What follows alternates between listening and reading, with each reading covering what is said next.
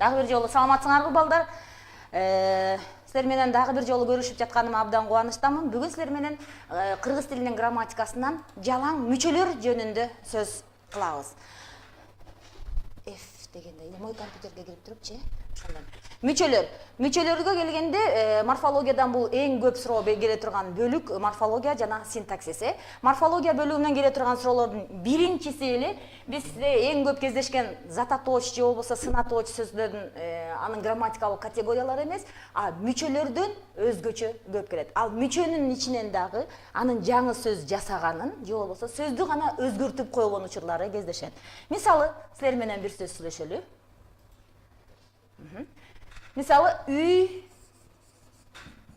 дө, гү, лөр, дүкү.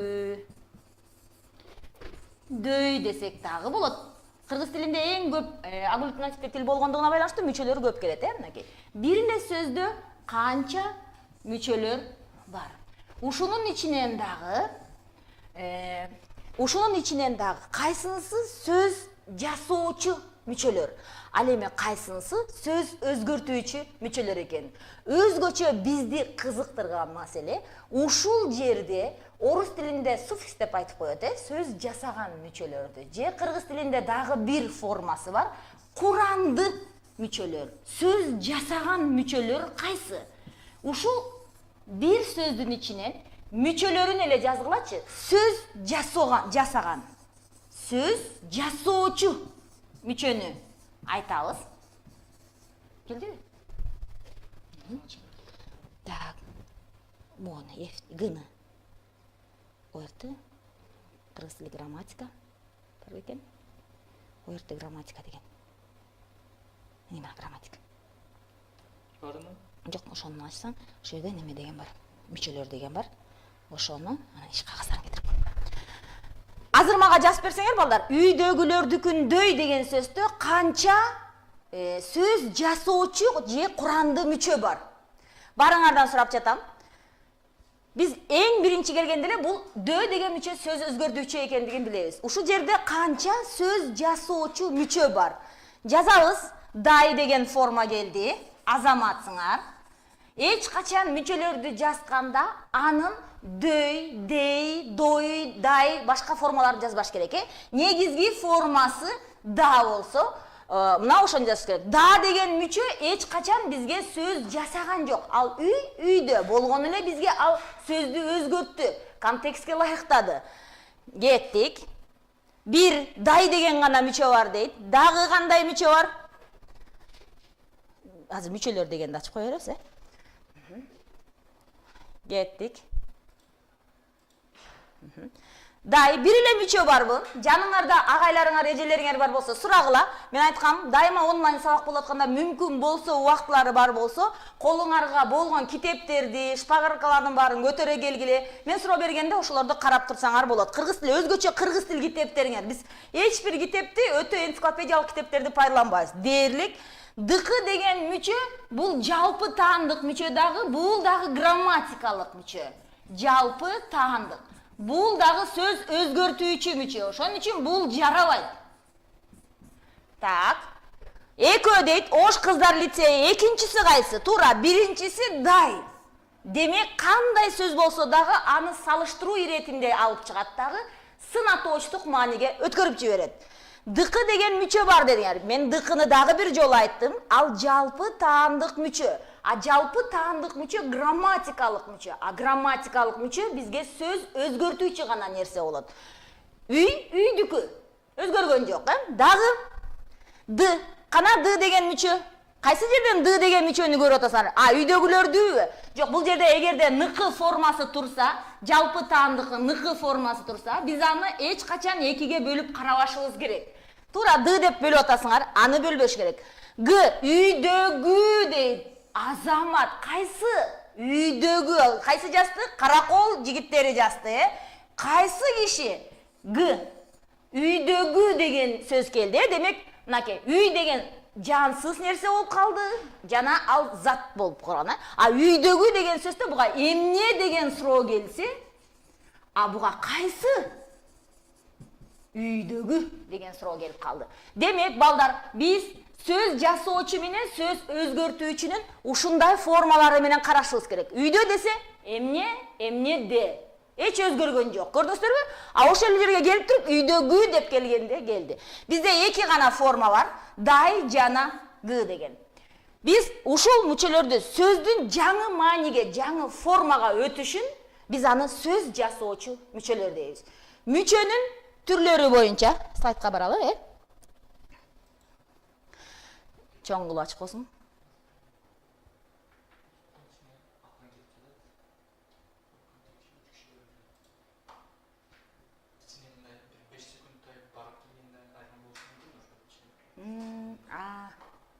Макул. Чоң эле кылып берип кой. Биз бул мүчөлөрдүн баарына токтолобуз.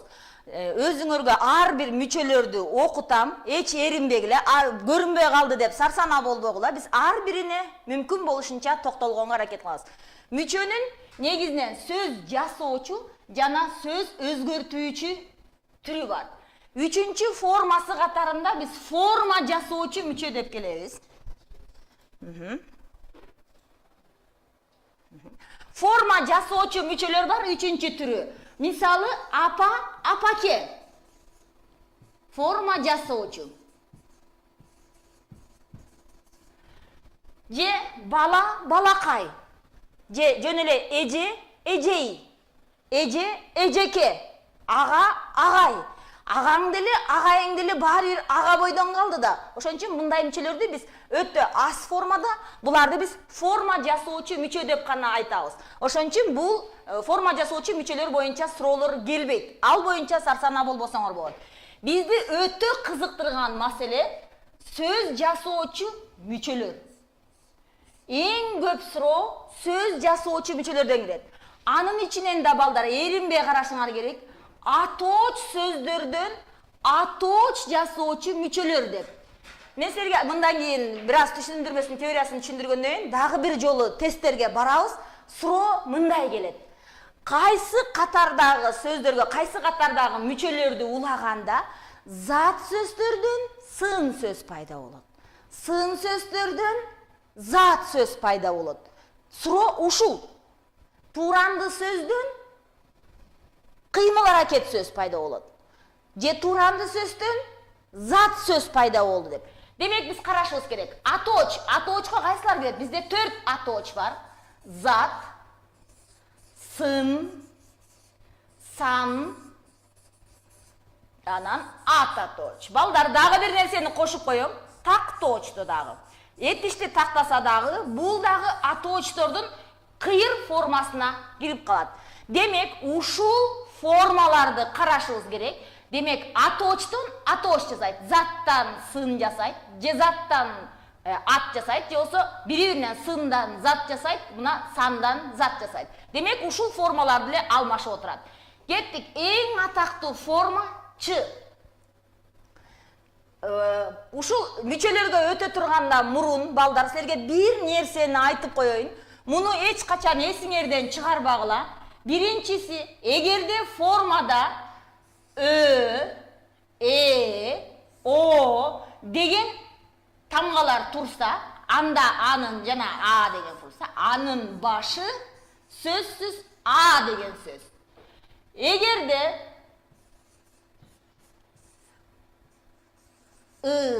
и, у, ü. Мисалы, лар деген мүчө алсам, ал эч качан лур же люр болуп кетпейт. Ошон үчүн б деген форма келе турган болсо, мисалы үчүн сурама мүчө, ал ба, бе, бө болуп кетпейт эч качан. Демек, биз ушуну карашыбыз керек. А же болсо башка лөр деген, өтүктөр деген сөз келип турган болсо, демек анын башы ларга барыш керек экендигин билишибиз керек. Бул негизги эрежени билип албасак, биз мүчөлөрдүн башын тапканды унутуп калабыз. Эч качан сөз мисал келгенде анын формасы же башы откос дегенде, мына откос дегенде башкы формасы мүчөсү, откос деген сөздүн мүчөсү кайсы десе, кос, ос, кас деп келип калса, кайсыны коебуз десе, сөзсүз А формасын алып келишибиз керек. Мына антесе бизде бул сөздөрдүн ичинен мынакей көбөй деген сөздө да ай деген формадан келгендигин унутпашыбыз керек. Эгерде биз мунун башкы формасын жазбасак, анда биздин тестибиз ката болуп калат. Өй деген мүчөсү деп белгилесеңер дагы аны кабыл албайт. Ошон үчүн мен силерге могул тестти чыгардым. Ушул таблицаны өзүңөрдүн китебиңерде деле бар. Бул китеп окуу китептеринен алынган эле тест мүчөлөр өтө атактуу. Биз бул тест түзгөндө бир дагы мындай кычыкта калган, туура эмес, өнүмсүз мүчөлөрдү койбойт. Ушуну эсиңерден чыгарбагыла. Ч деген мүчө адамдын кесипти пайда кылган мүчө катарында баарыбыз жакшы билебиз. Бирок ушул Ч деген эле мүчө бир гана кесипти жасабастан ал 5-6 формасы бар. Ушакчы десе ал кесип эмес да, адамдын жаман сапатын көрсөткөн мааниде келип калды. Дайыма эле кесипти билдирбей калышы мүмкүн. Демек, муну да карашыңар керек. Кер, кызмат, кер, лаш, аталаш, энелеш, кызматташ деп. Сыз, ыйман сызна заттан сын жасады. Лык заттан сын жасады. Лу заттан сын жасады. Дай заттан сын жасады. Заттан чыл, жанчыл, атчан. Атчан деген дагы сын атооч. Кумдак кандай жер? Кумдак жер. Чайкор, чайкор киши кандай киши? Арабакеч. Бул биздин намыскөй, илимпоз, өнөрпоз жада башка. Демек, атоочтон атооч жасаган мүчөлөр. Атоочтон этиш жасоочу мүчөлөргө баралы. Өтө кеңири тараган мүчө, кандай зат, сын, сан, ат болсо, тактооч болсо дагы, ошол сөздөрдү этишке алып келген мүчө, өтө активдүү мүчө, ла деген мүчө. Ара, ла. Балта, ла. Андан кийинки мүчө, лан мүчөсү. Капаландым, намыстандым. Лан деген мүчөнү окуучулардын бардыгы тең, мына жазып коеюн, эң чоң ката кетиришет. Лан.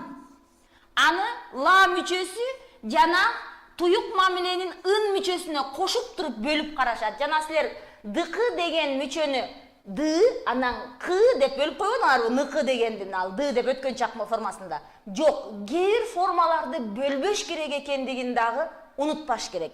Лаш дагы ошондой, кар, баш, кар, ат, кар, от, коз, азай, мол, сыра деген мүчө дагы адамды бир сапатын жокко чыгаруу же басаңдатуу маанисинде келген сөздөр. Силер ар бир мүчөлөрдү караганда суроолор ушундай келет. Жанагы биз морфологияга барганда же болсо тестке барганда ушундай суроолор келип калышы мүмкүн. Сырдык сөздөр көп келет эмеспи? Кайсы катарда сөздү койгондо, мисалы үчүн чочуу сезимин берет, же болсо таң калуу маанисин берсе, ай деген сөздөр болуп калат турган болсо, ордуларын коесуңар да, Мына мүчөлөрдө дагы ошондой маанилер бар. Бул жалпы республикалык тестүрлөө адамдын логикалык оюн текшере турган тест болуп жаткандыктан, демек ар бир мүчөнүнбү, сөздүнбү кандай да болсо анын маанилерин текшерет, маанилерин сурайт. Сыра деген мүчө эч качан байлыкты алып келип калбаган, мындай барчылыкты, токчулукту алып келген мүчө болбойт. Кан сыра, демек каны азайып баратат. Суу сура, көрдүңөрбү? Мынакей. Демек, мунун маанилерин караш керек. Уйку сыра, нык сыра, ал сыра, баары тең артты көздөй кете турган мүчөлөр экендигин, мүчө экендигин унутпашыбыз керек. Ан өнүмсүз кор, Кор менен каз өкө синонимдик мааниде келген сөз. Бул аткар, аткас, откор, откос деген сөз маанисинде келет. Анткени илгертен эле з менен р тыбышы бири-бири менен айкалышып келет. Булар атоочтон этиш жасады. Эми этиштен атооч жасаган мүчөлөр дагы аябай көп. Балдар, мүмкүн болушунча ушул жерде берилген мүчөлөрдүн ар бирине ондон сөздөрдү жазып, мисал алып коюш керек. Зат сөздөн муну жасады, этиштен муну жасады. Суроо конкреттүү түрдө ошондой келет. Деген мүчө өтө активдүү. Ma деген өтө активдүү. Мисалы, басым, билим. Келет бекен, бил деген сөзгө ымды, мынаке. Этиштен атош жазылат. Билим эмне? Илип кал меңе. Илим. Ал эмне болуп калды да? Эмне кыл? Мүчө улагандайын, анан ага зат сөз болуп калды. Ташымал, чачыбызга орогон, жоолуктун аты оромол. Көрдүңүздөрбү мынакей? Мүчөлөр бар. Г дагы өтө активдүү мүчө. Чалгы, өзгөчө буюмдук, герки, үшкү. Мына, бул мүчө дагы буюмдардан этиш сөздөрдөн, мына чалдан, чалгыны жазат. Этиш сөздөрдөн эмгек куралдарын жасай турган өтө активдүү мүчөлөр. Гыч деген мүчөнө келгенде, силер аны г, анан ч деп бөлсөңөр, бул ката болуп калат балдар. Себеби дегенде, таңгыч деген сөз келип калса, таң, мына этиш кылды, анан таңгы деген сөз жок да. Ошону дагы байкашыңар керек. Мүчөлөргө ажыратып келе жатканда, таңгы деген сөз барбы деп ойлонуп кетишиңер керек. Демек, бул мүчө туруктуу бойдон гыч экенин билишиңер керек, Ынды, суроолор көбүнчө ынды мүчөсүнөн, ма мүчөсүнөн, мүчөсүнөн, чалгы мүчөсүнөн, жана могул жерде ылга мүчөсүнөн келет. Тап, табылга. Тест колуңардагы тест китептерде кар деген сөз бар. Кар деген туранды сөзгө кайсы мүчөнү улаганда туранды сөздөн кыймыл аракет сөз алабыз деп келет. Же болбосо заттык маанидеги сөздү алабыз деп келет. Демек, ошого карата келиш керек. Кар, мынакей, жазып коеюн, жөн эле. Бир эле силердин өзүңөр. Кар деген сөз. Туранды учур болгондо бул снег маанисинде эмес. Асмандан жааган кар, ал туранды эмес да, ал жөн эле заттык мааниде, заттык кубулуштагы сөз да. А бизден сурап жатат. Туранды сөз. Демек, бул кар. Демек, каркылдаган сөз. Ага ылда мүчөнү келгенде, каркылда, карылда болуп калып атат. Көрдүңөрбү мынакей? Карылда деп. Эгерде карк деген сөз болсо, анда каркылда. Кысы жокпу? Демек, карылда. Карылдабай отурчу деп айтабыз, бирибизге бири сүйлөгөндө. Демек, сөздү, суроону эринбей укуш керек. Дагы карайсыңар өзүңөр. Бул этиштен атош жасады. Этиштен этиш жасаган мүчөлөр. Бул суроолордо да карайсыңар, мынакей, ык, бышык, тынык, көнүк, басын, дыр, ар, ыш, жана башка, келесиңер. Булардын баардыгы сөз жасаган мүчөлөр. Мен түшүнөм, ар бир бала чыдамы кетет. Могул жерде атайын кыскартып, бул чоң таблицаларда бир аз бөлүп койгонмун. Карагыла, баш деген сөзгө башчы, баштык, башкар, башкарма. Минтип келет суроо. Караганда, баш деген сөзгө кайсы мүчөнү улаганда кыймыл аракеттик сөз пайда болду десе, башкарды жазасыңар. Мугалимдер атайын ушундай тестти түзөт, бир суроо менен дароо 4 вариантты суроо кете тургандагы. Анан табышыңар керек. Кийинкиси, мунун баардыгын дагы ар бирине кеңири токтолобуз. Бирок, демек, мүчөсү мен кайра эле суроо бергенде, бул мындай суроо деп кетпешиңер керек. Анын башкысы А жана ы экенин унутпаш керек. ы менен башталган мүчөлөр эч качан бияка аралашып кетпейт. А менен башталган мүчөлөр эч качан бияка аралашып кетпейт. Эч качан лар мүчөсү лур, люр, лыр, лир болуп кетпейт. Өзгөчө орус мектептин окуучуларынын баардыгы ушундан жаңылышат. А почему так дей беришет? Биз муну эсибизден чыгарбашыбыз керек, Кеттик. Эже көп сүйлөп жатат десеңер, мен баарын түшүндүрүп алмайынча бир аз чыдап тургула. Кийинкиси сөз өзгөртүүчү мүчөлөр. Булар кайсылар дегенде карагыла.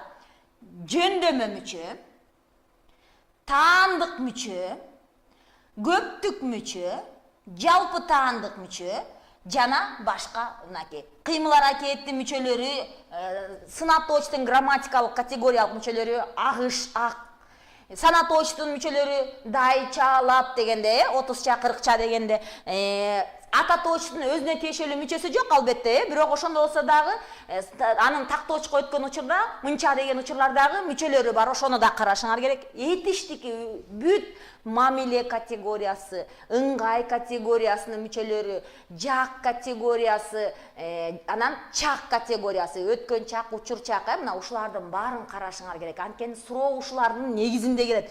Сөз өзгөртүүдөн кантип келет десе, мисалы жөн эле бир сөз айтайын. Кайсы катардагы сөз мүчөнү улаганда кыймыл аракеттин дайыма кайталанышын билдирет дейт. Кайталанып тургандыгын дейт. Демек, адат өткөн чакты сурап атканын унутпашыбыз керек. Мен силерге азыр бүтүн грамматиканын баарын окутпайм, бирок ошондо да демек суроону сурап атат. Кыймыл аракет дайыма кайталанып турган сөз. Эгерде дайыма деген сөздүн өзүн колдонсок, бул тактоочу сөз да, кыймыл аракет сөздөн кайсынысын коебуз десе, демек бар, чу. Биз силер менен 3-чү күнү жолукчубуз. Чу деген бир эле ушул эки мүчө бар. Буларды унутпашыбыз керек. Кыймыл аракет кокустан болуп өттү десе, ыптыр. Ай болуптур деп кетишибиз керек. Же кыймыл аракет жаңы эле болуп өткөндүгүн билдирген сөз десе, анда биз ды айкын өткөн чактын формасын коюшубуз керек. Өзгөчө өткөн чактын 4 формасынан тең дайыма келет. Муну унутпашыбыз керек, Мына бул сөз өзгөртүүчү мүчөлөрдүн баарын мектептен жакшы билесиңер, мен булардын баарына токтолбой эле коеюн. Анда эмесе, туура у мүчөсү кыймыл атоочтун жана окуу кыймыл атоочтук формаларга келгенде балдар такыр чаташпагыла. Бул кыймыл атооч менен атоочтук формада бир эле учурда ал этиштик маани берет.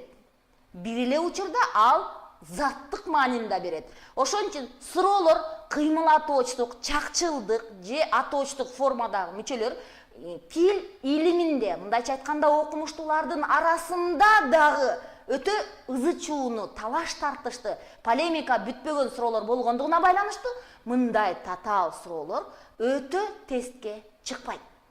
Себеби тест андай окумуштуулар өздөрү чече албаган суроолорду тестке киргизбейт. Тест адамдын жөн эле жашоосундагы нерсесин текшерет. Ал өтө проблемалуу суроолорду кошпосо деле биздин жашообузда канча сөз бар, канча мүчө бар. Баштадык анда эмесе. Даярсыңарбы? Силерди даярго деп ойлойм. Баштадык. Тестке чыккан суроолордун бири кайсы варианттагы сөздүн мүчөсү жаңы маанидеги сөз жасады. Демек, чыгарма. Бул жерде конкреттүү түрдө сызып коюптур. Демек, асты сызылган гана мүчөнү кара деп жатат. Чыгарма эмне деген суроого жооп берет. Эмнелер мүчөсүн улаганда эмнелер бойдон эле калды. Ошон үчүн бул эч кандай өзгөргөн жок. Анткени бул ушу боюнча эле калды. Кийинкиге баралы. Чыгарманыкы болсо деле бул ошол эле бойдон калды. Эмненики деген суроо болуп калды. Мен түшүнөм, тестке чыккан суроо, баарыңар билесиңер. Жаңы маанидеги сөз болгондо суроосу башка болуп кетиш керек, ал түгүл. Ушуну да эсиңерден албагыла. Чыгармадан, эмнеден деген суроо келди. Демек, бул дагы эч кандай өзгөргөн жок. Чыгармачыл суроо берип көрөбүз балдар. Кандай адам? Демек, эмне деп келе жатып эле бир маалда кандай болуп калды? Демек, жаңы маанидеги сөз дегенде, демек, суроосу да өзгөрүп кетиши керек. Баары эмне болуп калбашы керек. Ошон үчүн жаңы сөз жасалат. Сөз жасоочу мүчөнү тап деп жатат бизде ушул жерде. Конкреттүү түрдө эгерде мугалимдер өзүнүн сабагында эмнеден жаңылышат? Сөз жасоочу мүчө кайсы, бул мүчө кайсы деп келет. Жөн эле суроонун өзү дагы простой түзүлөт. Карасаңар, бир да грамматикасы жок. Жөн эле жаңы маанидеги сөздү тап деди. Көрдүңөрбү? Эгерде мен кадимки сабак берип жүргөн мугалимдер болсок, минтип үйрөтөт окуучулардын баарына. Кайсы вариантта жаңы сөз жасалды, же болсо курамды мүчөнү тап деп келет. Сөз жасоочу мүчөнү тап деп келет. Жок балдар. Бир да сөздө сөз жасоочу мүчөнү тап деген суроо болбойт. Сөз өзгөртүүчү мүчөнү тап деген суроо болбойт. Андай илимий терминдер менен келген суроо таптакыр келбейт. Суроону эле окуганда жөн гана таап койсо болот. Демек, суроолорду бергенде эле өзү эле чыгып калат. Кеттик кийинкисине баралы. Мына, жанагы айткан сөзгө, кар деген сөзгө кайсы катардагы мүчөнү уласак, моул сөздөн моул сөз пайда болду дейт. Туура, кар, мына, картай деген сөз болсо, азаматсыңар, мен билем. Картай деген сөздө мындай да, уңгусу карт да. А бизден эмнени сурап атат? Карды сурап атат. Карды эле сурап атпайбы? А картай дегенди белгилеп алган окуучуларга айтып коеюн. Силер картай дегенде карт деген сөздөн токтоп атасыңар. Жок балдар. Бизден кар деген эле сөздү сурап атат. Анан карт, көрдүңөрбү? Анан луу, анан карылда. Карылда деп сөз. Туура, бул да тестке чыккан суроо. Суроону эле жакшы мына чаташпагандай болушуңар керек да. Кыймыл аракеттен эки жол сөз келип калбайт. Эч качан жаңы коркпогула. Кийинкисин. Кайсы катардагы мүчөлөрдү уласак, заттык маанидеги сөздөрдү жасаган болобуз. Демек, этиш сөзбү, башка сөзбү, кандай сөз болсо дагы бизге жалаң зат сөз чыгыш керек. Азаматсыңар, малчы, басым, басма. Заттык сөздөр. Эмне деп келет. Бул жерге келгенде ды мүчөсү менен бир дагы оңой менен заттык мааниде келген сөз жасалбайт. Муну да байкаш керек, ны деген бар өзү. Ны деген да сөз жасай турган мүчө. Аны дагы карашыңар керек. Бу жерде лар деген өлө бузуп атат. Бу жерде да, бу жерде ге деген мүчө. Ал түгүл ат деген мүчө дагы бир аз бузат, Кеттик андан кийинкиси. Азаматсыңар. Ал булар тестке чыккан суроолор, ошон үчүн башындагылар оңой болушу мүмкүн. Шашпай иштегиле. Кайсы катардагы мүчөлөр кыймыл аракет сөздөн заттык маанидеги сөздөрдү жасайт дейт. Кадам жай А деген вариант келди. Жалал-Абад кыздары дагы А деп келди. Кеттик заттык маанидеги сөздү бул да жасайт. Бул да жасайт. Макул, булар жазабайт, Булар сөз өзгөртүүчү форма экен. Муну таптакыр чийип коюш керек. Бизге жаңы сөз келиши керек, Бу жерде барыш жөндөмө көптүк мүчө, жалпы таандык мүчө. Бул сөз өзгөртүүчү мүчө. Бирок могу жердин баары заттык маанидеги сөз жасайт. Бирок бизге кыймыл аракет сөз болуш керек. Биринчиси уңгус. Чыгым, ачкыч, басма деп келди. Эми бу жерге келсек, ата лаш болуп калат. Ошон үчүн ата плюс лаш болгондо заттан зат жасаган болуп калып атпайбы? Барабар зат эле болуп калды, Бизге сөзсүз этиштен сөз керек, Ой, эмне болуп кетти? Стан канапос дегендер, мисалы үчүн, өзбек зат сөз, ага станды кошкондо кайра эле зат чыгып калды. Бизге этиш, анан зат керек. Азаматсыңар, аны таптыңар. Буларды да билесиңер. Ушул эле мүчөгө бир ооз айтып коеюн, балдар. Кайра келели, кайра келели. Айтылбай калса кийин жаңыласыңар. Мына мол тест дароо 4 вариантка ылайыкталып түзүлгөн тест экен, балдар. Бул тестке чыккан суроолор. 1 мүнөт. А варианты кыймыл аракеттен заттык маанидеги сөздү тап деген сөз экен. А Б'сы заттан зат тап деген сөз экен. Көрдүңөрбү? Заттан затты тап деп. Ал эми В, мунун суроосу заттык маанидеги сөздөн мүчө затты тап деген сөз экен. Ушул эле кайсы катардагы мүчөлөр заттык маанидеги сөздөн заттык маанидеги сөздөрдү жасайт деп келет да. В варианты болсо, бизге болсо, өзгөрүлбөгөн туруктуу, өзгөрүлбөгөн мүчөлөр кайсылар деп калышы мүмкүн? Кайсы катардагы мүчөлөр сөзгө уланганда туруктуу бойдон калат дейт, Мынакей, бир эле тест түзүлгөндө 4 түрлүү вариант сөз келип атат. Ошон үчүн ушул сөздөргө келгенде могул тести дагы азыр биздин көзүбүзгө ачыкка чыккан тест А варианты келди. Бирок бул тестти дароо эле көрүп туруп айтса болот. Демек, мугалим түзүп жатканда 4 варианттагы тестти түзгөн экен дешиңер керек. Ушул эле тест келгенде, демек сөздү тагыраак окугула, шашпагыла. Заттан зат сурап атабы, кыймылдан зат сурап атабы, же өзгөрүлбөгөн сөздү мүчөнү сурап атабы, же жөн эле сөздөрдү сүйлөмдөргө байланыштырган мүчөлөрдү сурап жатабы. Демек, карашыбыз керек. Мүчөлөр оп-окшош. Баарыбызга А, Б, В, Г деп турат. Тестти салганда дароо Акматка А варианты келет, Ташматка Б варианты, Айжанга В, Гүлайга Г варианты келип калышы мүмкүн. Ошон үчүн эринбей суроону жакшылап окугула. Кийинкисине баралы. Жа деген сөзгө кайсы катардагы мүчөнү уласак, этиштен заттык маани билдирген сөз келип чыгат.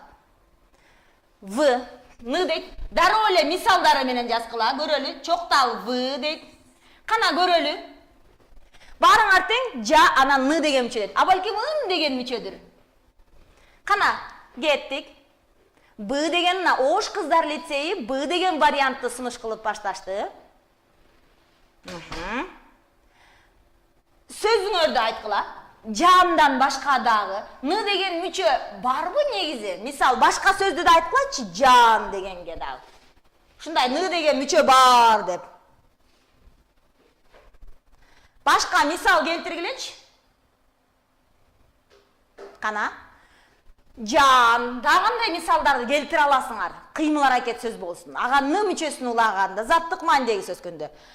Ын деп келип атат. Мына каракол эркектер ын деген форманы сунуш кылып атат. Кадамжай сан деген сөздү сунуш кылып атат. Са плюс Н барабар сан деген сөз атат. Кызыл кыя Б-га өттү. Са плюс ын деп. Барабар сан деп. Биздики В каракол эркектер дейт, дагы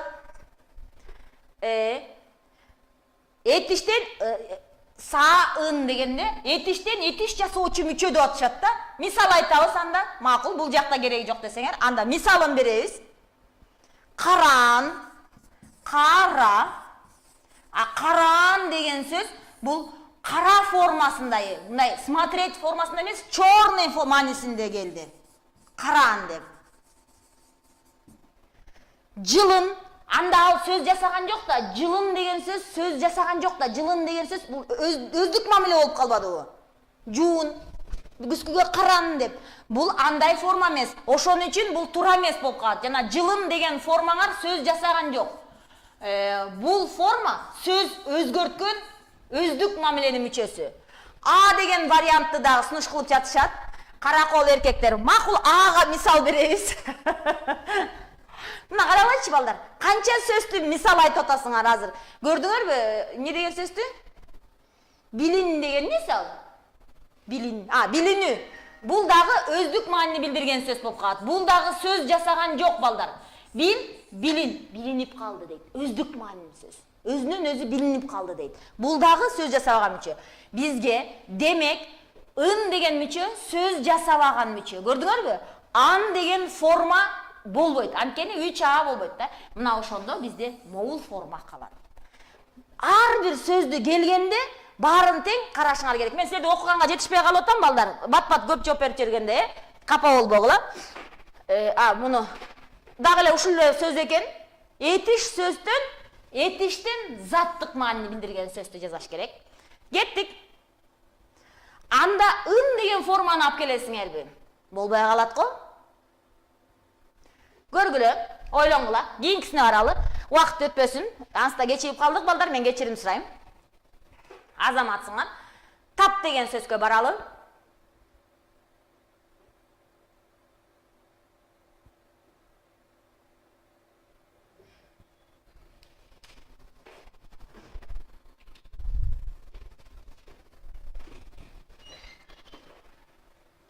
Азамат, эми бул тестке өткүлө. Эми бул тестке өтөбүз. Ар бир сөзгө улап көргүлө. Жашоо, атчан, аталаш, анан бармак.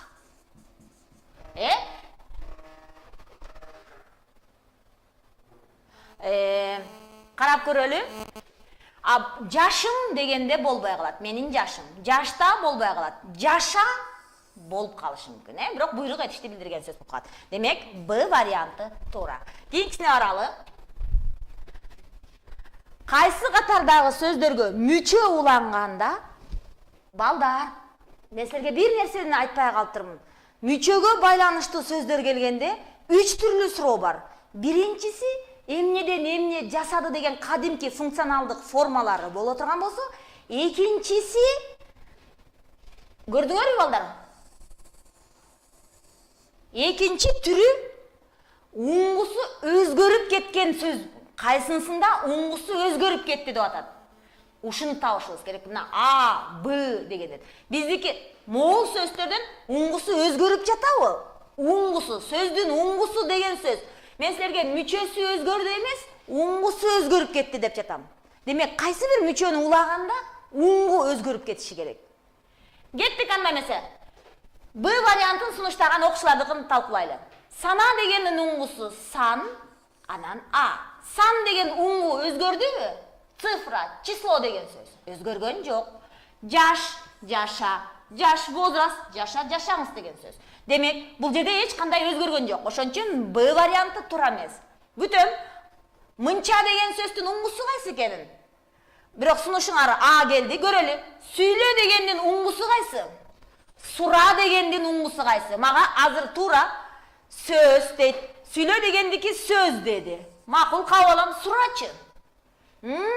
Сураныкы сурообу? Ойлонгула балдар. Муну мүчөсүн таппай жатасыңар. Демек, мындан орусчасы өзгөргөн жок. Ошон үчүн мунусу өзгөрсө да, мунусу өзгөргөн жок. Алга, чоңой дегенден алдыга дегенде мүчө болуп калып, анан бул өзгөрүшү мүмкүн дейт. Чоң, чоңой өзгөргөн жок. Ошон үчүн А варианты калды. Бирок А варианттын ичинен да силер булардын сүйлө дегенди мектептен үйрөткөн да сөз ла деп, сура деген сөздүн уңгу мүчөгө ажырата элексиңер. Жазкыла, дептерди ачкыла дагы, жазкыла.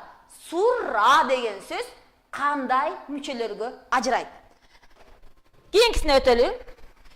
Могул сөз келди. Бул силердин тесттерден, силердин китебиңерди караганда дагы эң жакшы тесттерден. Кайсы сөзгө, ушул сөзгө, намыстан деген сөзгө, кайсы катардан мүчөнү болсак, жаңы сөз жасаган болобуз дейт экен, Намысдан, намыснан, намыслан. Кайсынысы мүчө?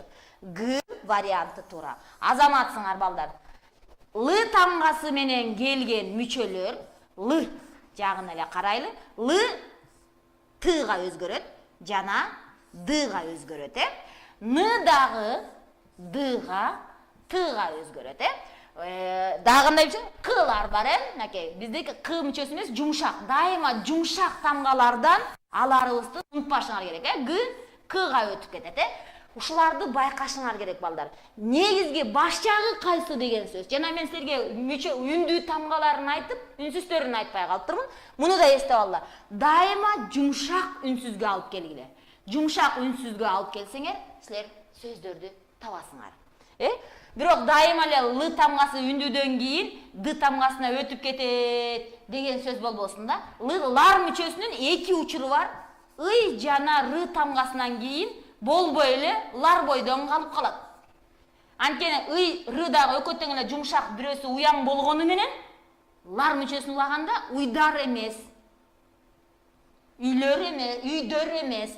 Ошондон жаңылат. Мектепте окуучулардын бар тең мүчөнү жумшактан кийин Д келет дебеди беле. Математикада А плюс А көбөйтүмдө орундарын алмаштырып койсо мындай болор дегендей эле. Мында дагы бул келет деп айтпадыңар беле. Эмнеге бул жерде мындай болуп калды деп келиши мүмкүн. Ошон үчүн кетебиз, Туура, намыс, лам деген сөз туура. Эми силер үчүн эң чоң оюн. Азыр 5 тест. Мага 5 тесттин ар биринин уңгу мүчөлөрүн тапкыла. Катары менен эле жазгыла. Ош В деп келди. Экиники Ош кыздар лицейиники дагы В деп келди. Кызыл кыяныкы үчтүкү дагы В деп келди дейт. Төрттүкү дагы В деп келди дейт. Бештики Г деп келди дейт, Так, эми карайбыз. Үчүнчү формадагы суроолор балдар. дагы бир нерсени эсиңерден чыгарбагыла. Жанагы жерде уңгусу өзгөрүп кеткен формада келген болсо, азыр карагыла баштапкы сөздү, биринчи сөзүн тап деп жатат. Суроолорду формаларын эле билишиңер керек да. Биринчи сөзүн тап десе, окуучулардын баары тең уктада деп белгилеп коет же ук деп белгилеп коет да. Муну байкашыңар керек. Иштеп жатканда демек түпкү сөздү тап деген сөз. Азаматсыңар, баары туура болду. Туура, баардыгы тең. В жана болду. Орно деген сөз өтө орно, ойно. Мына 2004 жылдагы, 2006 жылдагы ачыкка чыккан тесттердин бири өтө атактуу тест. Муну окуучулар, Кыргызстан окуучуларынын баары билген тест. Бирок дагы бир жолу айтам, балдар, колуңарга ушундай өзгөчө сөздөр келгенде эринбей ойлонуп коюшуңар керек. Укта деген сөздүн уңгусу эч качан укта бойдон калат деп ойлонбошуңар керек. Аны ук деп бөлүп койгон окуучулар болсо, мен түшүнөм, класстын ичинде активдүү кабыл алган окуучулар бар, алар бат-бат жооп берип коюшат. Ал эми аркасындагы окуучулар эмне үчүн ушундай болду деп кетпейли. Ук деген сөз слушать деген сөз. Ал эми укта деген сөз көздү жумуп укташ керек, спать деген сөз, Демек ал эмнеге алып барат? Уйку деген сөзгө. Ушул эле сөз кайра уңгусу өзгөргөн сөз болуп эсептелинет. Көрдүңөрбү? Суроолорду биягынан да коет, биягынан да коет. Демек, уңгу менен мүчөнү таптак ажыратканды билишибиз керек. Мына, жумша деген сөздү карагылачы. Моол ыш каяка кетип калды? Такыр жумушла эмес, жумуш плюс ла болчу, мынакей. Жумуш плюс ла. Ушундан келип туруп өзгөртүп жиберет, ортосунан түшүрүп жиберет. Эми муну синкопа кылыш деп мен айтпай эле коеюн аларды. Себеби тубуштардын ортосунда сөздөрдөн түшүп калышы, мүчөлөрдүн, тамгалардын түшүп калышы. Муну куулуштарды коет. Мен анын баарын грамматикалык майдалабайм силерге. Биз эң элеси көзүбүз менен эле көрүшүбүз керек. Анан анын уңгусу кайсы экенин тапканды билсек эле болду балдар. Силер утасыңар анда. Суроону эле четко окугула. Баштапкы сөзү кайсы деп сурап атат. А жанагы мурдагы тестте болсо, уңгусу өзгөрүп кеткен сөздү тап дегенде, демек укта деген сөз уйкудан чыкканын билишиңер керек дагы. Бул өзгөргөн сөз дешиңер керек. Ойно деген сөз келип калса, бул дагы оюн деген сөздөн алынганын билишиңер керек. Могу юусу таптакыр жоголуп кеткенин билесиңер да, бул дагы уңгусу өзгөрүп кеткен сөз. Суроолорду мындайынан да карагыла, мындайынан да карагыла. Эң оңой тест. Неден жаңыласыңар билбейм, кыргыз тилди көздү жумуп эле 80 баллды алышыңар керек. Кеттик кийинкисине баралы. Мүчөлөрүн тапкыла экен. Жанагы эле сөздүн кайра экинчи танапис болсо дейт. Барып кел эле танаписке. Тамашалайм. Жак. Так, бирдики Б, экиники В. Үчтүкү, төрттүкү келбей жатат. Эмне ойлонуп калдыңар? Ойно деген сөзгө эмнеге ойлонуп калдыңар? Мен силерде ойно деген сөздүн мону мүчөлөрүн баарын тең алмаштырышыбыз керек экен, балдар. Могу суроолордун баары тең калыптыр. Муну алмаштырып коюшум керек экен, Шашпагыла. 1 минут. Моол сүйлөмдү, боо сүйлөмдү. 5 өнөтөн коюп чыккыла. Кеттик анда эмесе. Түшүнүм. Эмнеден жаңылып кеттим, мен аны оңдоп коем слайдтан. Так, кайсы варианттар түшүп атат? Бирдики Б, экиники В, үчтүкү Г дейт, төрттүкү Г, бештики В. Балдар, дагы бир жолу, азаматсыңар. Ушул эле тест колуңарга чыккан тест китептерде дагы бар. Ойно деген сөз келгенде балдардын баары моону белгилешип, анан моону белгилеп коюшкан. Бирөө дагы мо форманы белгилешкен эмес. Канча окуучу тапшырса дагы ошонун баары тең биринчи жаңылган. Мүчөнүн баш жагына барыш керек экен дегенди билишкен эмес. Ошон үчүн мынакей ойно деген сөздүн мүчөсү о же болбосо а деген вариант, дагы бирөө а деген вариант келип калса, аны койбош керек. Булардын баары тең зат сөздөн кыймыл аракет сөз жасаган мүчө болгон үчүн мынакей зат плюс бул мүчө андан барып этиш болот. Oyun, oyunla. Не кыл? Ойно. Келип атат, көрдүңөр? Ушул мүчө экендигин унутпашыбыз керек. Аны ло деп да койбошубуз керек да, о деп да койбошубуз керек. Ушул мүчөнү башында чыкканда мугалимдер көп деметпегендиги үчүн окуучулар өздөрүнүн күчү менен көп окуучулар жаңылган. Орно деген сөздү дагы мүчөсүн көпкө чейин таап алган эмес. Уңгусу кайсы? Орбу. Не деген сөз деп? Орно деген сөз мынакей. Орнот деген сөз. Бизге тургус деген сөз. Демек, орун деген сөз турбайбы? А бул жерде мүчөсү кайсы дегенде, демек, орунла. Ошондон орно болуп келет. Жалал абад кыздары кайсыныкы В деп атасыңар? Орнонуку? Жок. Беште дагы мына А деген кызыл кыяныкы. Туура эмес, балдар. Жумша дегенде А деп берип атасыңар. Силерге семиз эки. Кайсы як болуп кетти? Уккула. Жанагы эле сөз.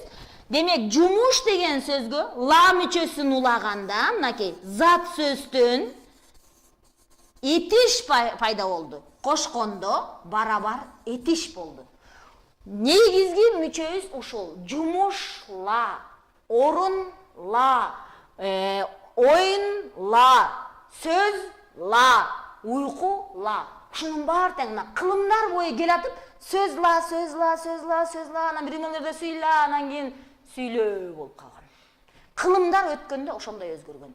Лингвисттер ушундай кылып талдашат. Ошондон байкашыңар керек. Болбосо сүй деген любовь болуп кетпейби? Биз сүйлөшүш үчүн любовтун кереги жок да бизге, сүйүүнүн. Ошондо сүй деп таппашыңар керек. Сүйлөө дегендин уңгусу сүй, анан лөө деген мүчөсү экен деп карабашыңар керек.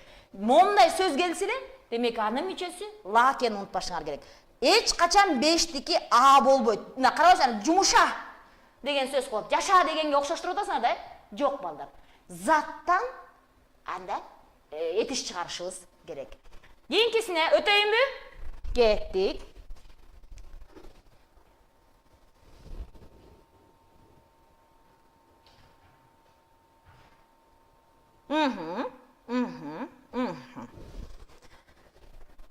Моол мүчөбүз бар. Көптүктү билдирген мүчө. Азаматсыңар. Баарыңарга семиз беш. Ушул мүчөнүн 1, 2 өзгөчө учуру бар. Биринчиси ый, рыдан кийин болбой эле л тамгасы калат. Лар болуп калат. Экинчиси бала деген сөз балалар болбойт эч качан. Ушул уңгуну өзгөртүп кетет. Балдар. Ушул мүчөнү дагы сөздүн балдар дегени тапканда, мунун мүчөсү кайсы деп кайра мындай формадан да берип коет. Дар, ар, лар, анан жана башка дайыр форманы ойлоп табышат. Десе, анан отурасыңар. Кандай эле, кайсы мүчө деп. Болбой эле, эринбей эле табышыңар керек. Болгон эле жанагыга эле окшош, оюнга эле окшош, ойного эле окшош. Ортодогу бир тамганы жеп кеткен. Өзгөчө учур ушул. Дагы бир вариант, тесттер. Таандык мүчөнүн уланышы.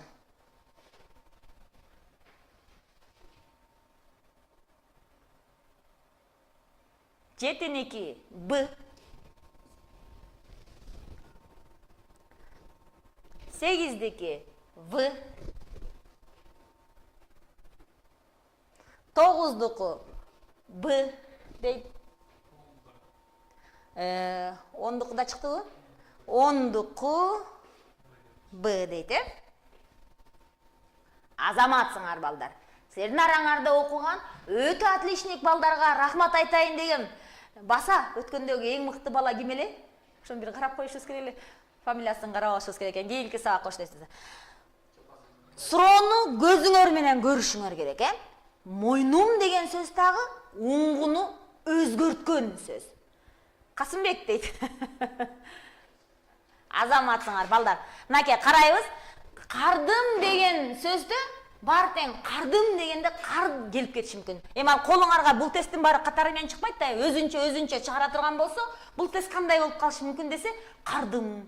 Кандай кардым болуп калышы мүмкүн да. Бул дагы башкача сөз экендигин карыдым деп да жазып ийбегиле аны дагы. Бул сөздөрдүн ар бири тест катарында өзүнчө келет да. Ошондо көзүбүз менен көргөндө болуш керек. Демек, таандык мүчөнүн мүчөлөрү улангандагы дагы бул йоттошкон тамгаларда. Анан ын деген тамгаларда дагы мына эрин деген сөз да мына ин.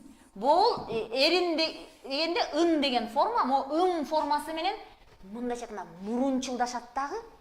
Эки мурунчул жоюп кеткенге алып келет экен. Эң жакшы алган өткөндөгү сынактан Акматов Музакан деген кадам жайдагы бала экен. Барбы жаныңарда? Музакан деген жигит экен. О дейт. Азаматсың Музакан барбы кадам жай жигиттерден? Акматов дейт. Биринчи орунга алыптыр. О, азаматсар. Экинчисин талас эркектерден Сыдыков Омат деген. Сыргаков деген дейт. Сыргаков деген талас. Кана 90 балды алгандар. Барбы жаныңарда? Ош кыздар лицейиндеги Ташиева Сайкал деген. Тойчуева Сайкал деген кыздагы 90 бал алыптыр. Экөө 90 алыптыр, ал эми Музакан жигит 93 алыптыр. Кийин дагы мен силерге бул тесттердин дагы кайсы жеринен такалганыңарды бир сире эгер азыр убакыт болсо иштешип коебуз да. Балдар, түшүндүк Демек, могул суроого кайра келели. Музакан мырза бар болсо, сага чын дилимден рахматымды айтам, бирок дагы бирке ойлонсоң 100дөн 100 алмаксың. Кыргыз тилинен ушундай 90 бал менен тесттен чыгышыңды күтөм. Сөзсүз алтын аласың анда. Кеттик анда эмесе. Могул сүрөдө мындай балдар. Биринчи суроо уңгу жана мүчөгө ажыраткыла деп келди. Экинчиси болсо уңгусу өзгөрүп кеткен сөз. Үчүнчүсү болсо мүчөсү кайсы дегенде дайыма уңду эмес, могул форманы гана сакташыбыз керек. Себеби у келип атабы? Демек, ал бизге дайыма ылга барарын унутпашыбыз керек. Эгер а болсо, анда башка болмок. Азаматсыңар, кийинкисине өтөлү. Өтө популярдуу, өтө полемиканы жараткан суроо. Мынча деген сөз бар. Уңгусу кайсы жигиттер? Г дейт. Гга кайсы мүчөнү улайын? Балки мынча өзү эле боюнча калышы да мүмкүн да. Класстан талкууладыңар беле? Азаматсыңар. Ыча дегенди уланабы? Ынча деген мүчөнү улап жатышат. Варианттарды сунуш кылабыз. Дагы. Ынча деген келди, гыча деген келди. Дагы мүчөнүн атын. Кайсы мүчөнү улаганда мынча болот? Ча деген мүчө келди. Так, чаны ким айтты? Чоктал, силерге браво. Бул плюс ча. Могул, мисалы үчүн бул деген сөздү жөндөйлүчү. Бул, мунун. Илик жөндөмөдө мунун. Кайра буга. Кайра муну. Мында. Жатыш жөндөмөдө мында. Анан мындан. Карабайсыңарбы? Ошондо ынча дегенде анда силер уңгубуз бу эле деген тамга калып атпайбы? Болбой калып атпайбы? Бу деген мүчө уңгубуз бар болобу. Ошон үчүн бул вариант болбойт. Анан булгыча дегенде анда ал болгуча деген сөз келип чыгып койбу? Бул да болбойт. Азаматсыңар, чокталдагылар. Кеттик. Демек, сөздөрдү карашыңар керек. Ушундай эле канча деген сөздү да уңгу мүчөгө ажыратып коюшуңар керек. Мында деген сөздүн уңгусу кайсы десе, бул деп табышыбыз керек. Мында, ушул эле сөздү мындайынан кое берет балдар. Кийин мен силерге ата точтор деген теманы өткөндө өтө кызыктуу тесттер бар. Андан дагы ата точтор боюнча түзгөн тесттер, мындайча айтканда супер тесттер да, укмуш тесттер. Аларды иштелген тесттерди биз иштеп жатып өзүбүз мугалимдерди жаңылта турган тесттер бар.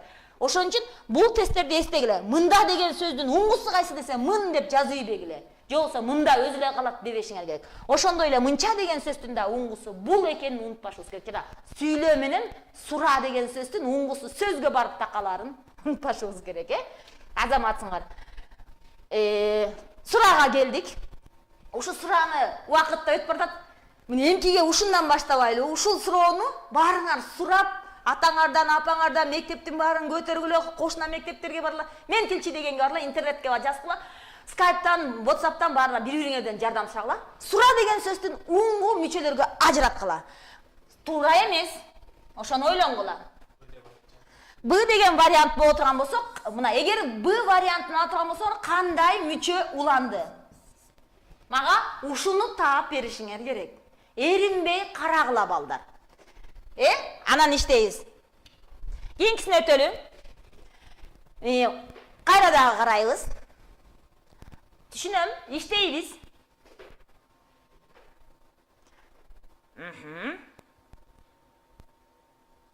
Так, кеттик кийинкиси.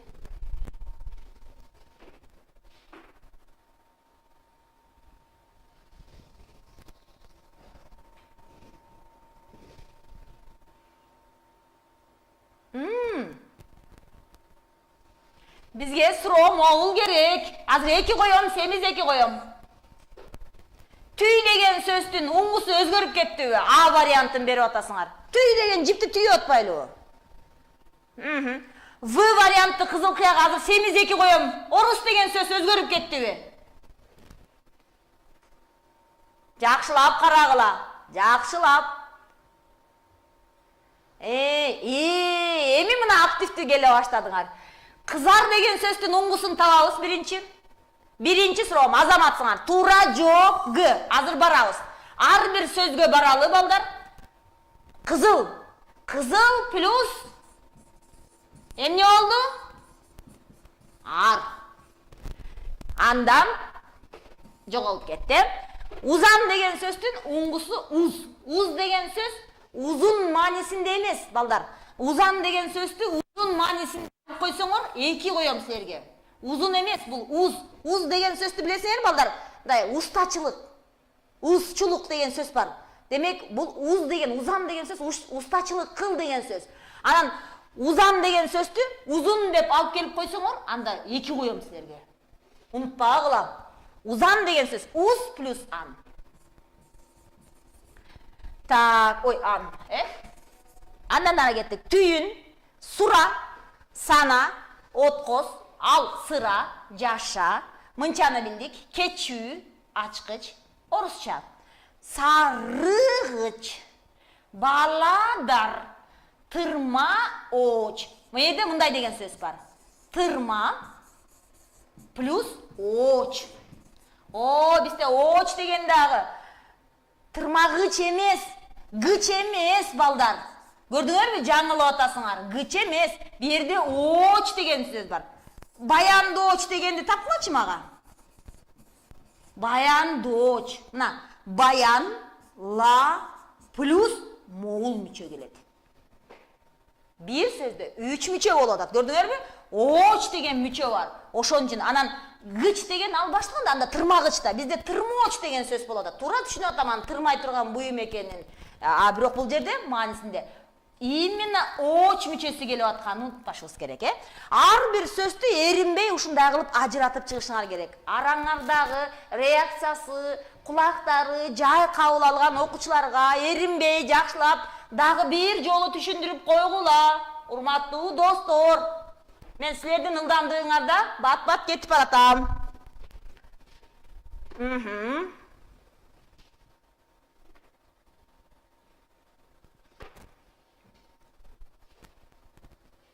Ne oldu? Toktop kaçtı. Cevap veririz. Ойлонуп kaçtı ba. Уңгусу өзгөрүп кетиши керек. В вариантын берди. Ал деген сөздүн уңгусу өзгөрдүбү? Ойлонгулачы. Б башталды, Башында баары Вны кантип алдыңар? Күрө деген сөз бар да. Ошондон ыш мүчөсү менен күрөш болгондо. Тут, карма деген сөз да. Тутка деген ошондон алынганда. Туура варианты Б. Эми ойлондуңар, шашпагыла. Шашкан шайтандын иши. Башынан баштайлы. Ти, тийишпей отур. Жа, көн. Көнүп калмаңарбы мага? Ойно. Анан ты, бу жерде 2 мүчө бар. Чап. Могу жерде мындай да балдар. П тыбышы экүнүн ортосунда Б-га өтүп кетет эмеспи? К тыбышы Г-га өтүп кетет эмеспи? Мына ошол жерден дагы уңгу өзгөрдү деген формага сакталган. Сөз лаш. Кап, кап. Узан, муңай. Азаматсыңар. Жаныңардагыларга эринбей түшүндүрүп койгула. Эми сөз өзгөртүүчү мүчөлөр. Сөз жасоочу мүчөлөргө келгенде, мен силерге айтайын, балдар. сөз жасоочу мүчөлөргө келгенде, бул мүчөлөрдүн бардыгын иштеп жатканда ар бирине мисалдарды түзгүлө. Бул Кудай буйрса интернетиңерге кирип кайра бул видеолорду көрөсүңөр да, ар бир мүчөнү эринбей карагыла. Сүрөткө тартып алгыла.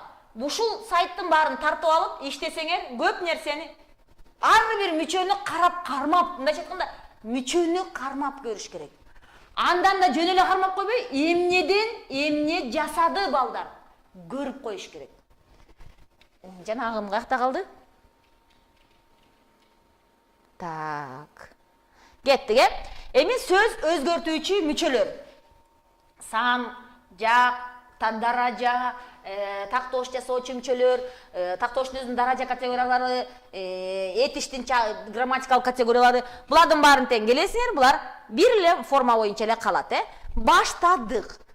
Сөз өзгөртүүчү мүчөлөр боюнча эң өтө популярдуу суроолор ушундай формада көп келет. Өтө көп түзүлгөн.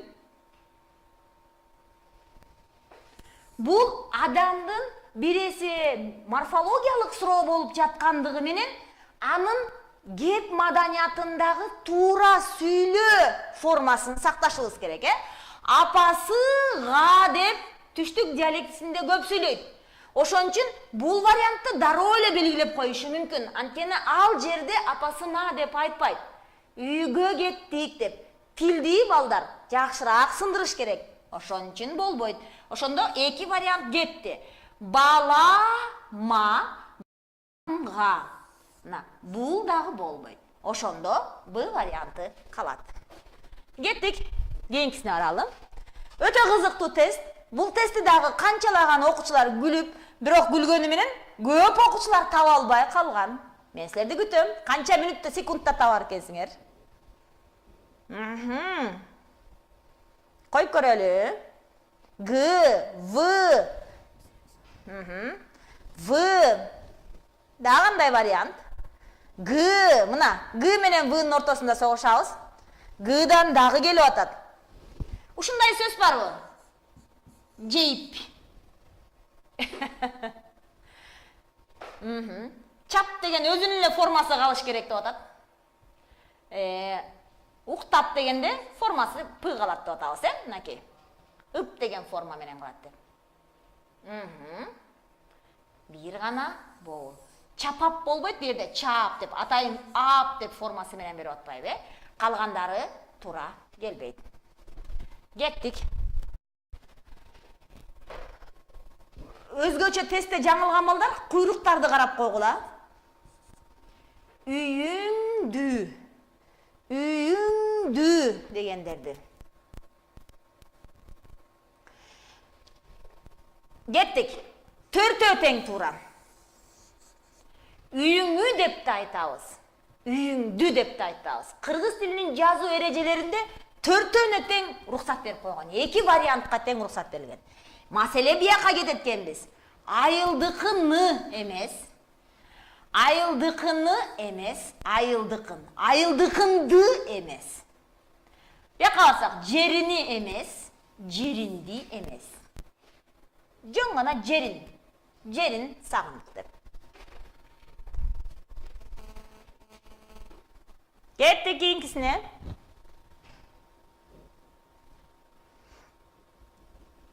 Ойлонуп калып атышат. Чарчап калышты.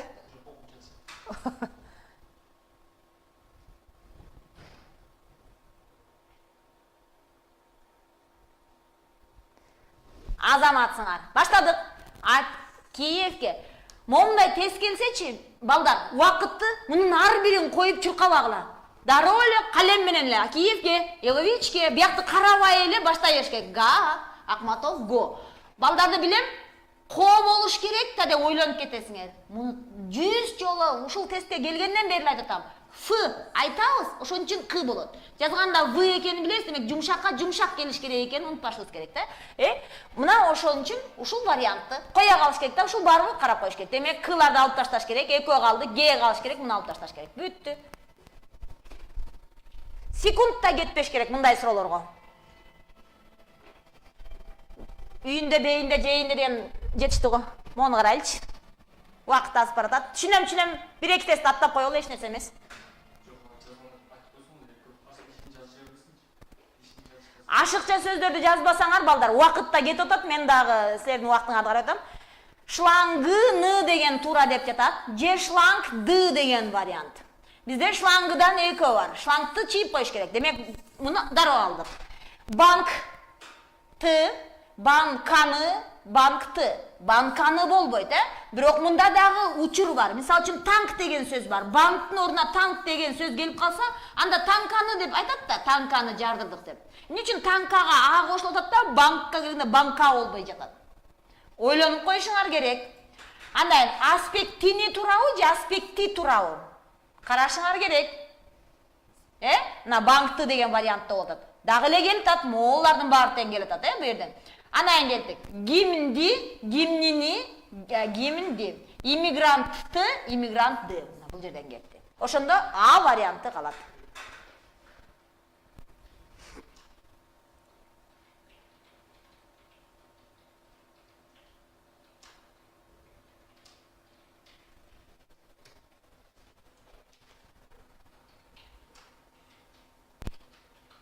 Чарчап калдым.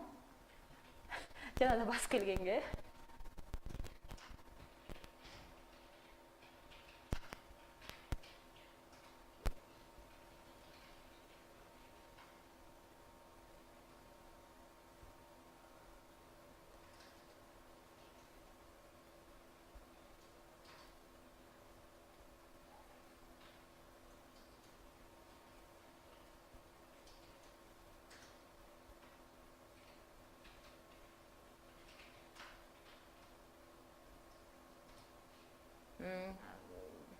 Balda.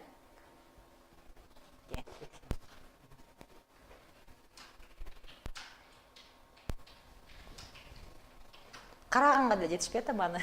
Балдар, силер толтура жооп жазсам, мен силердики бат-бат өтүп кетет, караганга деле жетишпейм. Убактыңарды да кетирбегиле, жөн гана иштей берели да. Кеттик анда эмесе. Минск, факт, нефть. Минскиге туурабы же Минскке туурабы тандашыбыз керек. Г вариантты алабыз, мынакей бизде 3 вариант калды. Экинчисине факт га деген кетти, фактыга 2 вариант калды. Нефтке, нефтиге. Кайсы вариантты алабыз? Мына талаш маселе ушул жерде калды. Бары нефтке эмес, нефтиге деп бересиздер, Ал кайсы бир эрежеге таяндыңарбы же жөн эле нефтиге болот атабы? Балким нефтке. Ойлонуп койгула. Кеттик кийинкисине. Кайсы эреже? Кадам жай. Ошондой эреже барбы? Эжеңден сурап, эмкиде жакшылап даярдан. Менин почтама деле жазып койсоңор деле болот. Кеттик, кайсы жооп тура? А дейт. Бир жооп келди. Дагы каракол эркектерден дагы А келди. А эмне үчүн В варианты туура болбойт? Ойлонуп көргүлөчү. Менин оюмча В варианты дагы көбүрөөк туура келет. Г варианты да туура келет, бирок Г вариантында Ч болуш керек, Ошол үчүн гана жаңылган. Болбосо калганын баары туура келет. Кызыл ала, чаңкый, бүгүн асман чаңкыйып ачылган, саргыч, Ошондо ушул жерден эле ката кетип калат. Үчөө калды, үчөөнүн ичинен да макул. Муну алып коелу. А менен Б. Саргылт деген сөз жок. Неге жок? Сопсонун бар. Саргылт, кызгылт. Сопсонун бар. Азамат, кызылчаны ким жазды? Жаллабат кыздарына Азамат. Кызылча деген сөз бул свекла, бул зат сөз. А бизге эмне сөз керек? Сын сөз керек. Демек, сын сөз издегенде, мынакей, саргыч. Саргыч дагы мүчөсү уңгус өзгөрүп кеткен сөздөргө кирет экен балдар. Муну да кошуп алышыңар керек, жана кыздар деген сөзгө. Анан чаңгыл. Чаңгылды билесиңерби? Мутный, Көзөскө көрмөс стакандын ичинин баары тең чаңгыл болуп калды, Чаңкый. Могу жерде чаңгыч деген сөз жок анын үстүнөн дагы, Калгандары баары бар сөз. Балдар, тестти түзгөндө мындай деген сөз жок да деген сөздү койбойт эч качан. Жок сөздү эч качан тестке киргизбейт. Ошону ойлонгула. Жөн эле бир болбогон сөздөрдү алмаши кылып түзүлбөйт тесттер. Бардыгы тең логикалык жактан туура суроолор түзүлөт. Ошон үчүн түшүнөм. Бирок ал сөздүктө бардыгы эле бул сөздүккө эмне деген сөз кирет да? Ал жердеги сөздүн бардыгы тең өзгөрүлгөн формалары менен келбейт да. Мүчөлөрү менен келгенде бардык сөздөр кошулбай калат. Кеттик кийинкисине өтөлү. Диалог. Могул сөздүн аягындагы тыбыштарга карайлы. А варианты келип атат. Себебинде кыны дара тыны чийип коюш керек. Жумшакка жумшак. Г менен Д варианты келди. Кеттик градус К, градусту тура, нервге, нервти. Мына ушул эле сөздөн жаңылып атат да. Анан кийин Д. Калгандары тура болуп атат. 3 вариантына чейин тура келип атат. Көрдүңөрбү? Дароо эле жумшак экенин көрө калыш керек мындай учурдачы. Көз ошого кетиши керек. Кийинкисине баралы. Бүтүрөбүз балдар, мына аз эле калды. Бат-бат эле иштейли. Же аттайлыбы булардан? Буларды иштейсиңер да? Макул, ушу тест иштейли, анан кийинкилерин аттайлы. Кийинки грамматикалык тестке барайын. Куршап П деп айтылат, бирок болбой эле Г жазабыз. Ленинград Т айтылат, бирок болбой эле Г, Ленинградга бардым дейсиз. Ташкентке Дарданеллага болобу же Дарданеллге болобу? Жок, айта кетиң дейт. Эмненин жообун айтайын? Макул, макул. Жоопторун айтып коеюн а силерге. Айтпайм жообун. Так, кеттик тура. Дарданеллага. Кеттик кийинкиси. Үй, лүү, үйдөй, үйүндү, үйлө. Баары тең туура келет. Түрлүү, түрлөй, түрүндү, түрдө. Күчтүү, күчтөй, күчүндү, күчдө болбой калды. Кетти чийдик. Үчөө калды. Эми кайсын коебуз? Б'дан кайсы ката? Б'дан кайсы ката? Тура, А варианты макул. Ката экенин таппай эле коелучу. А тура. Балдар, азыр эчтеке алаксыбай кылат, тып-тынч отуруп, 35-чи параграфты, анан 36-чы параграфты окугула. Экөөнү окугула. Муну окубай эле койгула, убакыт жок.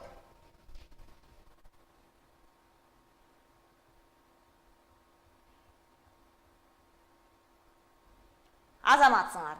Окуп бүткөн болсоңор, тест чыгарам.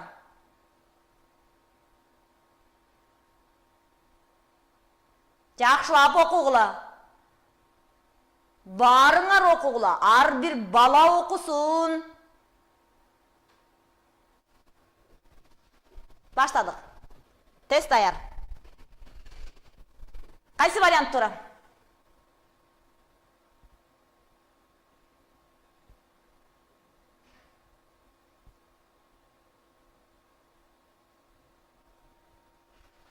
А деп жастаргандарга 2.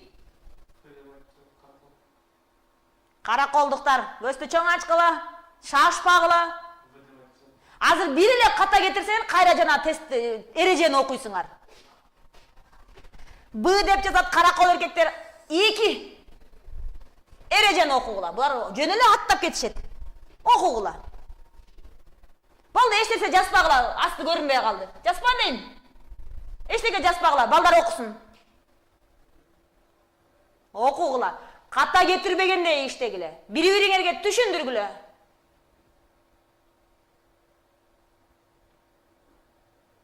Азыр кайра тест чыгарам. Ката кетирсеңер эле кайра окутам. Жакшылап түшүндүргүлө, чурулдашып, бири-бириңерге көзүн ачып көрсөтүп койгула. Өзгөчө компьютерде отурган балага. Не вы жазыйдың деп. Даяр болсаңар баштадык.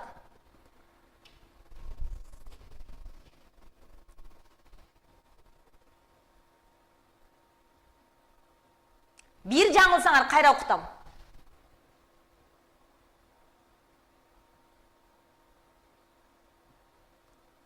Кызыл кыя, сен үчүн кайра тестке бапырам. Суроону оку. Окугула. Шашкандан пайда жок силерге.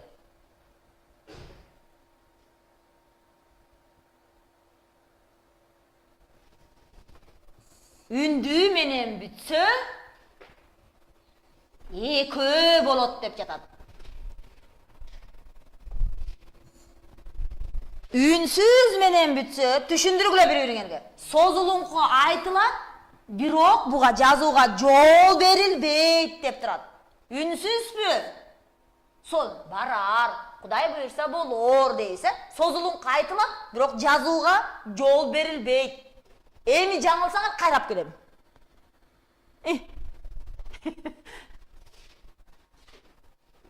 Бүтөбүз азыр. Чарчап качты балдар, окуганга да жетишпейт. Окуган тестти башына коюп коюшум керек экен. Эмне кайра эле б деп атасыңар? Я. Ана. Баштадык анда эмесе. Турун. Кыйынсыңар, үйрөнүп калдыңар. Кийинки тест. Мен буларды аттап атам, эмкиде келгенде шашпай, дагы бир жолу уңгусу кайсы? Мен силерди түшүндүм. Эмнеден жаңылдыңар? Сөздүн уңгусун таппай калып жатасыңар. Уңгусун таппай калганда кайсы жерден акыркы уңгусу кайсы жерине келгенин билбей калдыңар да. Ошон үчүн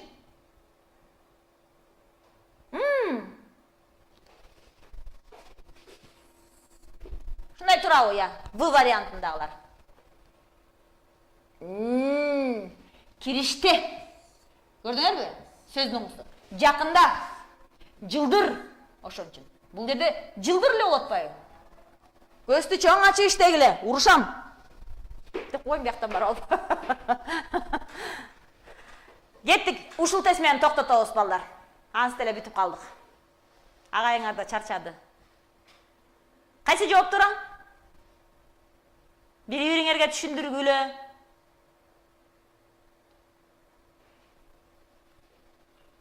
Не дейт? Кириште эмне дегендей?